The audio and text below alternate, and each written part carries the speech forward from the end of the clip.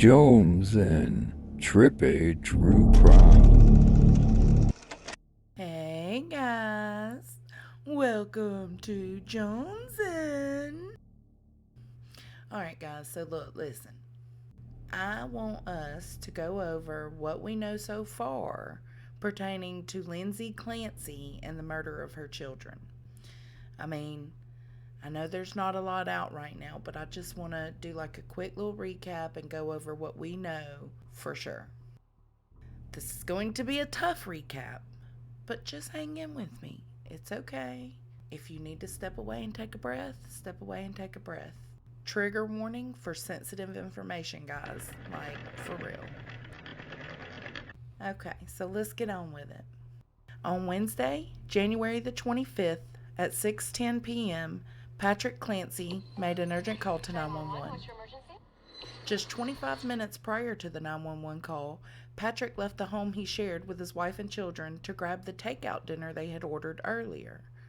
Upon arriving back at the home in no certain order, he found his family unconscious. When entering the scene, officials found that two of the children, 5-year-old Cora and 3-year-old Dawson, were already deceased. The 7-month-old infant, Callan, was found clinging to life and was flown to Boston Children's Hospital. All three were described as being found unconscious with obvious signs of trauma. The children's mother was also found outside of the house, critically injured, and sent to the hospital where she remains in custody today. Police say that it appeared as if 32-year-old labor and delivery nurse Lindsay Clancy strangled her 3 children before attempting suicide by jumping from a second-story window in the home. Almost 3 days later, on Friday, January the 27th at 11:18 a.m., baby Callan succumbed to his injuries. Lindsay has been somewhat open about her struggle with postpartum depression on her Facebook. She had been attending intensive therapy 5 days a week for the postpartum depression and anxiety she had been dealing with since the birth of her 8-month-old son. Lindsay is currently being charged with 2 counts of murder, 3 counts strangulation or suffocation, 3 counts of assault and battery with a dangerous weapon. She is expected to have upcoming charges since baby Callan's death on Friday. He literally stepped away to go grab their takeout and was gone approximately 25 minutes, came back, walked in on a nightmare. I mean, could you imagine? I don't want to imagine. Okay, so the husband released a statement. It's his first public statement, so let's go over that really quick. I'm not going to go over the whole thing, just some excerpts of it.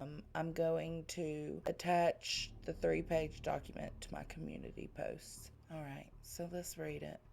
Thank you all for your love and support. The warmth I've received from the community is palpable, and your generosity gives me hope that I can focus on some sort of healing.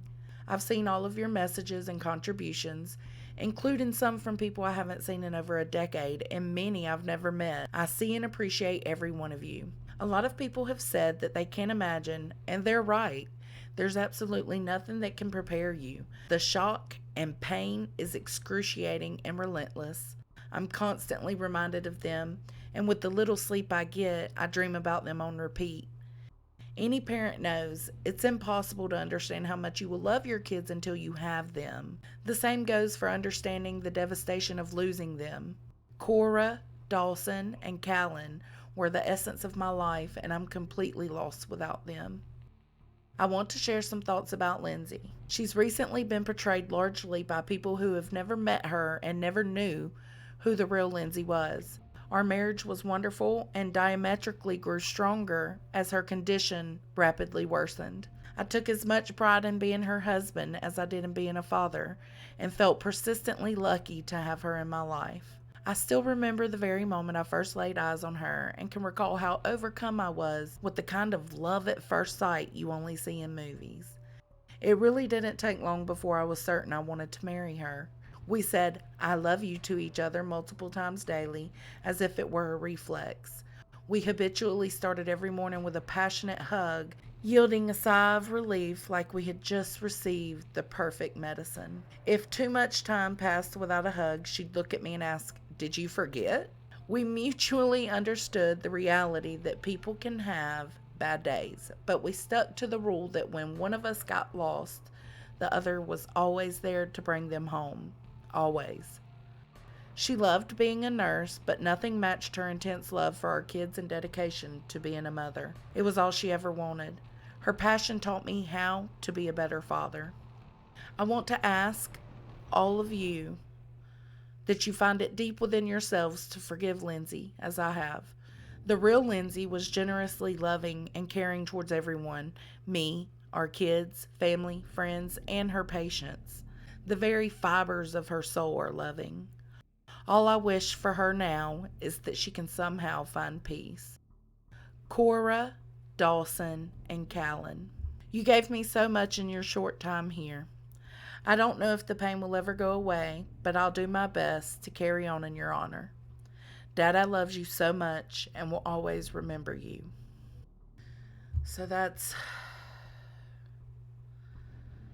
kind of rough, isn't it? I mean, it's just devastating. Devastating. Postpartum depression, the baby blues, postpartum psychosis. It's all so real. As a mother, you can't help but wonder what was going through their head. What made them do this? And the reality of it is that it could be a mental health situation. She's going to have to live with this. And now the father has to completely start over, a whole new life. I mean, that was all his kids. That is, it's traumatizing. She has upcoming charges, I imagine, since the baby passed away Friday. So that's going to be another murder charge added on automatically, right? Oh, it's just so sad. It's so hard to understand. But that's the recap on it. I just wanted us to touch base with it. Alright guys, so I ain't really got much more I can add to it. It's just a sad situation all around. I send good vibes and good energy to the dad and the mom. I send prayers out for both of them. I send good vibes and good energy to you guys who are watching this video or listening to this video. Alright guys, I'll catch y'all on the flip side.